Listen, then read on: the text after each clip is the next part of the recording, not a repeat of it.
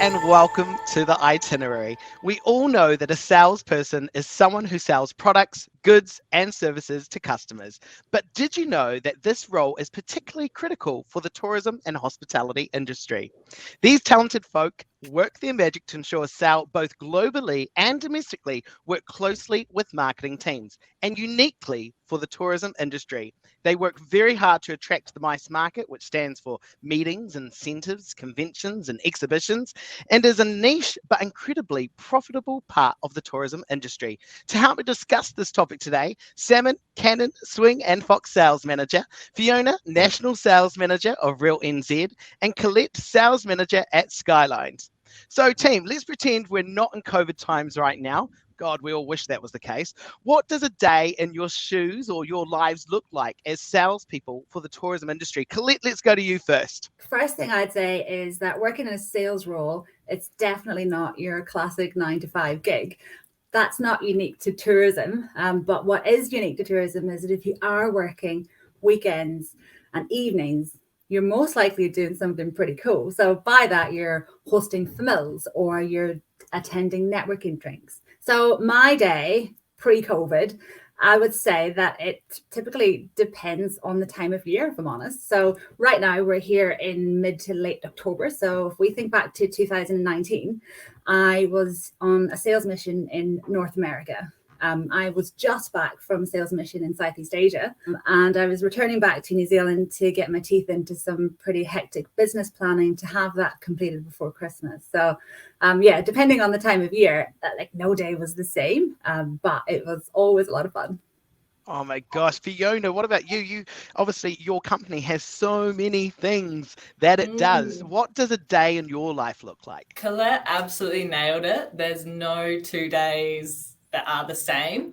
My goal was to always inform and engage and excite whoever you were talking to. And your audience was always really diverse. So anyone from small to large, wholesaler, retailer, online travel agent, inbounders, and their options were limitless as well. They had the entire world to sell to. And although the bookings would ebb and flow with the seasons, your year actually became quite structured. You knew the best times to do team product trainings. You knew the brochure renewal contract times. You had agent familials scattered throughout. And you knew when to set up incentives. And then, of course, when you could celebrate and reward those incentives as well. No, well, Salmon, I'm interested. One, how did you get the name?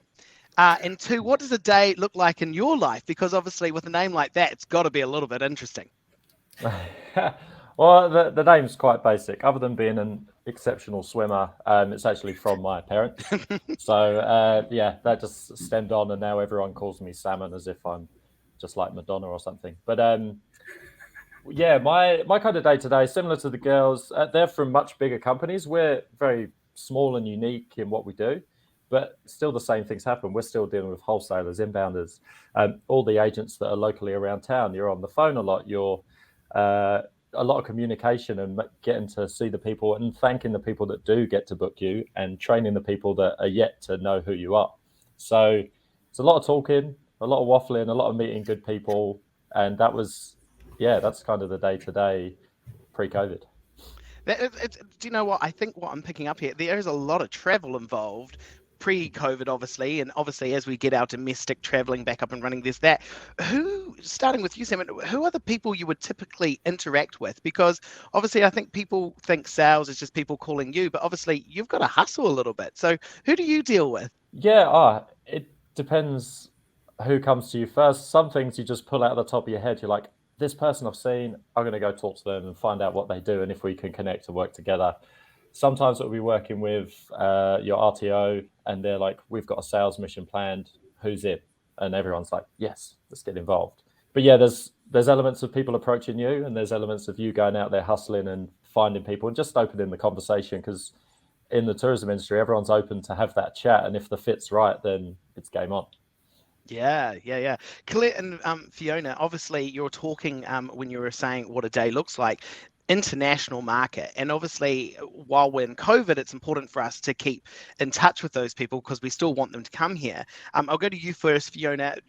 Who are you typically interacting with in the international market as well? Because that's probably really important, for your company to make sure that we're still connected with them.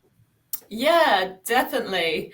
And we are still, it's actually quite funny because in one conversation, you're trying to fill up a boat for tomorrow. So you're talking to really local agents who sell on your behalf.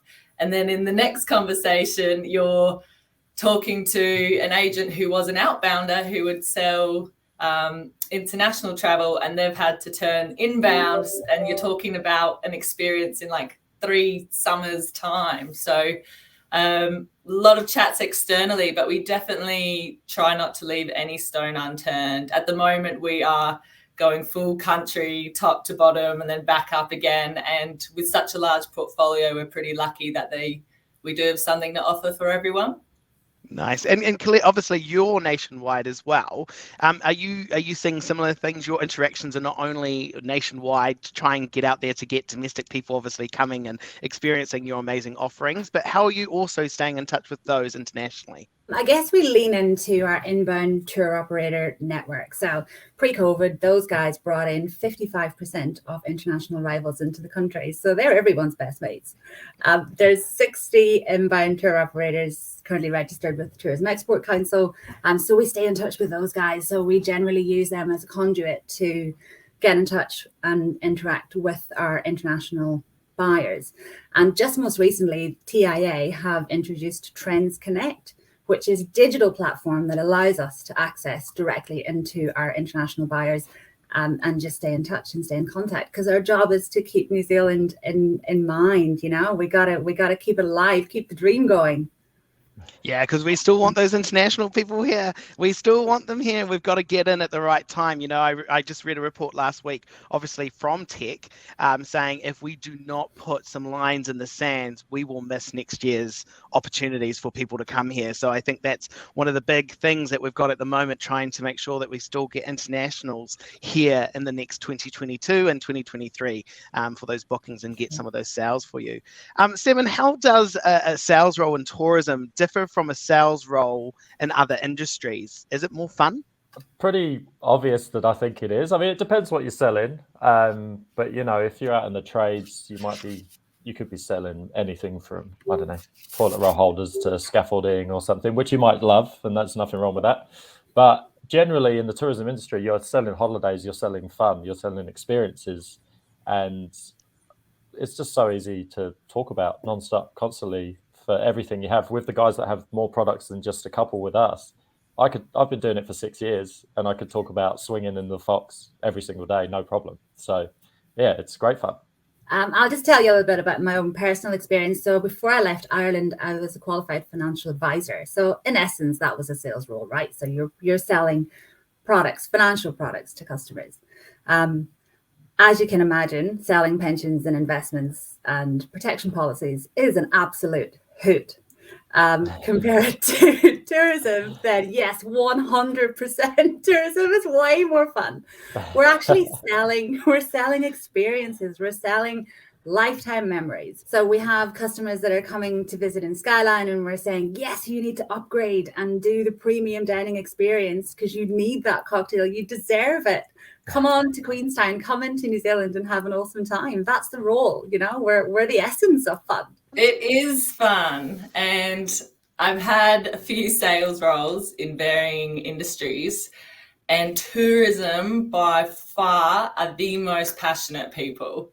I used to believe I was passionate about the sales process because it was all about relationships, and it wasn't until I got in the tourism industry and I got to sell a dream, or I got to sell a once in a lifetime experience like salmon, and I got to sell a memory like Colette, that I understood it was a people industry, and providing people with memorable experiences is a pretty special thing.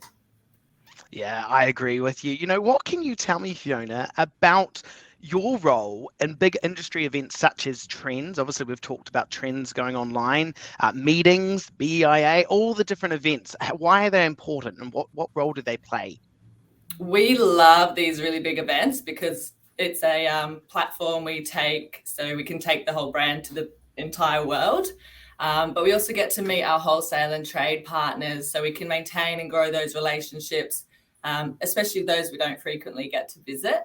And with these type of agents, they will book with a really long lead-in time. So well before the visitor even starts to pack their luggage to come over. So we really want to be promoting iconic experiences for that region and activities they know they want to do, and that 99% of the time will appear on their itinerary before departure, like a cruise in Milford Sound or a jet boat in the South Island.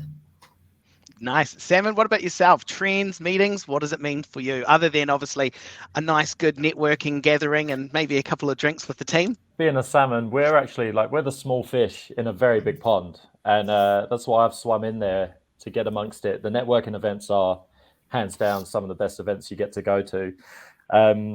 I get involved in a lot of organizing the meetings, taking the meetings. Sometimes we'll be there with, someone helping you out or the boss man. And you're just talking, non-stop talking. Hydration is key, a good meal, and having your A game and just making the connections. And a lot of the work gets done there, but it's all the work afterwards that goes on. There's a lot of follow-up, and once you've cleared your hazy head from the awesome closing parties, then you can get down to business. They're awesome events. They are pretty awesome, and someone who was pretty new into that's actually, I think, one of the first places I met you, Colette. Was one of these events. What do you take away from these, meetings and trends?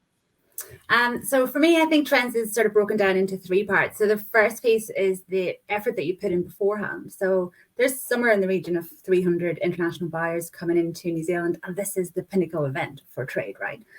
So you've got to figure out who it is that you want to meet with, get your appointments all sorted out, and follow your strategy, right? So if you've got some gaps throughout the year where potentially you're trying to grow your shoulder season, then you might think that you're looking for potentially new buyers out of India that would be bringing customers through in May and June. So appointments, right, there's 18 appointments a day. I think they're 8 minutes each, and it's all go. There's no time for dropping the ball. It is all systems go. And it's great. It's lots of fun. Everybody is really keen to be there. We're really keen to reconnect with everyone.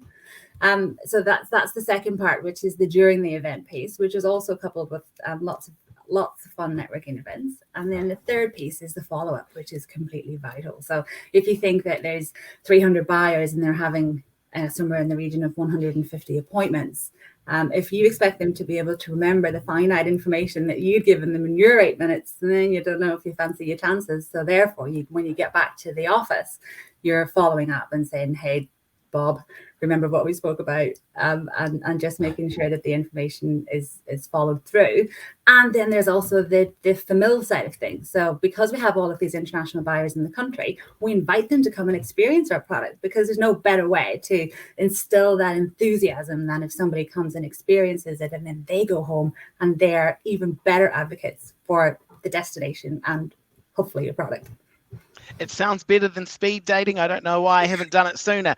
Look, we all know that obviously COVID has had an impact, but what I would like to ask you as a group is, what impact has COVID specifically had on tourism sales? Sam, I'll come to you first. Well, it's obviously sucked for many, for the people that lost their jobs and maybe moved on, hopefully stayed in tourism, but may have had to change. That was obviously awful.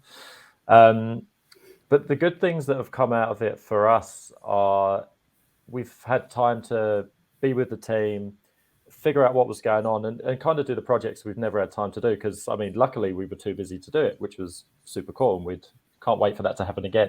But we've had the opportunity ourselves to upgrade things, look at everything that we do, and just fine tweak everything so that when the experience is returned, we can present that to the world as they come back. And it's also been quite cool for me, because I've gone from my sales role, which I love, to now across the company doing hosting, driving for meals, and actually chucking people off our cliffs, which is what we do. So learning more about the company and exactly what we do is awesome fun, and it changes up the day even more than it already was before. So yeah, that's a good look on what has happened for me anyway. No, I think it's really important as an industry we do stay positive, because there's a lot of negatives out there. And I think the more that we get into the negatives, the more we buy into it. We do understand that there's a lot of people hurting. But I think I take away from you is the transferable skills and the way that you've just jumped in and you've been there to assist. Colette, I know that Skyline is still investing in, building some new things down in Queenstown and other areas. What has the impact on COVID been for, your organization? So I've heard pre-COVID being called the 7 years of plenty, which I think kind of resonates with me. And when COVID struck, I think we all got a real crash course in resilience. We'd gone from problems like, we're picking up calls saying, oh, I'm really sorry that we don't have availability for your groups or your customers, to really having to consider, are we going to open for 7 days next week? Is it viable to open on Tuesday and Wednesday, for example? So just a real different sort of outlook. Our mindset had to change. So we'd gone from being really proactive. We had a really clear idea of which customers were coming at what volume. We had a full pipeline. All of that was no more quite suddenly. And we had to be quite innovative and just come up with new products. As an example, we came up with a product which is gondola and unlimited luge, which is something that we would have never considered pre-COVID because we just simply didn't have the capacity for it. So we just had to think differently and sort of make sure that we were delivering products that that Kiwis were interested in. I think that's been the awesome thing. It's been seeing what has come out of it. Fiona, obviously, Real NZ, new name, new CEO, a lot of offerings, a lot of things getting paused, a lot of things getting brought back. Your world looks like it's been a little bit of a whirlwind. Give us an update from your side. It has been a whirlwind, but a very excited one. And we're now sort of all in the same boat in the right direction. Because initially COVID did have a really devastating impact on sales, and borders are closed, so we only had a team of 5 million to sell to, and it just meant that we had to learn about a new market and then adapt all of our experiences and pricing to suit them. And I say new, not because we haven't had domestic visitors before, but because we know Kiwis who are holidaying now are very different to those who used to visit us. But the opportunity that came out of this was that we've got to relook at our mission and say, hey, actually, we're going to be a conservation business enabled by tourism. I like that, enabled by tourism. Look, we all know tourism in New Zealand will bounce back from these COVID times, and we are domestically, we are doing that. So what advice would you have as three individuals for youngsters who may be looking at exploring a sales role in tourism? Salmon, let's go to you. What advice would you have for a young person? Get amongst it. That's the most basic thing you could do. Like whether you start from frontline and selling to the people, and meeting the people and understanding what they do, or you start at a middle management level or whatever. Like starting anywhere is awesome because you can always climb to the top. Tourism has if you really are committed to it and you really want to get involved, you can climb quite quickly. And people encourage that as well. And if you have these people kicking around that have that experience and have that passion, if you want to be the boss, you probably could be in a few years if, someone shifts over. So just get amongst it, get networking, meeting the people, and just sharing what you love doing, really, yeah. Simon, did you start in the front line? I did do, back in the day, I was in, hospitality. I had a very good time. I was in accommodation as well for backpackers, absolute backpackers in Queenstown, shout out. And then moved into the sales manager role that I was lucky enough that they chose me to get, and I've been loving it ever since. Fiona, it's really interesting you asked that question because I always say when I'm doing presentations and stuff that we all started somewhere. And, mine was Woolworths, and then it was McDonald's, and it was a cafe and all of that stuff. And a lot of young individuals, they always see where someone ends up, but they don't actually see the progression they've done from where they started. And so sometimes they may have been disillusioned that they can get there without doing the other stuff. So why don't I ask you, Fiona, where did you start before I ask what your advice is for a young person? Yeah, so I've been in lots of different sales roles, very, very varied, including like a dating agency and raffle tickets on the street and commission. So I always knew sales was where I wanted to be. But when we moved to Queenstown, I was in hospo enjoying the Queenstown life, and then decided I'll join the front line. So join the front line and go orange, and sold rafting and answered phones in a room out the back. And then when the opportunity came up, or sort of made the opportunity, I moved up to the office and then joined the rest of the sales team. Crazy. And look at that. See, that's why you like meetings, because of the speed dating thing, and from your experience of being in a dating agency. I see. What's your advice to your young person looking at entering in tourism and hospitality? Obviously, perceptions are really, really interesting at the moment. A lot of people think that tourism and hospitality is not the place to be. What would you say to them? Like, I would say that the desire for travel is not going anywhere. And if you are someone who absolutely loves Aotearoa, who wants to showcase everything that New Zealand has to offer to the world, someone who loves the environment, loves your community, then tourism role is for you. You're selling experiences, you're selling memories. So yeah, if you're thinking about getting into tourism, I'd also add that the time is really good, because as our international borders start to reopen, our businesses will start to grow again, and there will be new pathways opening at a great rate and in the coming sort of 6 to 12 months. So I would say it's an awesome time to get into tourism. Well, look, right now is the best time, because we've got the worst workforce shortage we've ever seen. So if you want to start somewhere and progress as quickly as you can, this is the time to go. Fiona, let's come to you last. What is your advice to a young individual looking at entering into the tourism and hospitality industry? Go for it. And we will bounce back. There will be opportunities. And in the meantime, just put yourself out there, get your foot in the door, get networking, and create as many opportunities as you can. I think that's the most amazing advice. Look, Salmon, Fiona, Claire, thank you so much for your time today. I think if any young individual is watching this in particular, get involved, start, contact, hustle, and you will end up in amazing positions like these three individuals. Thank you.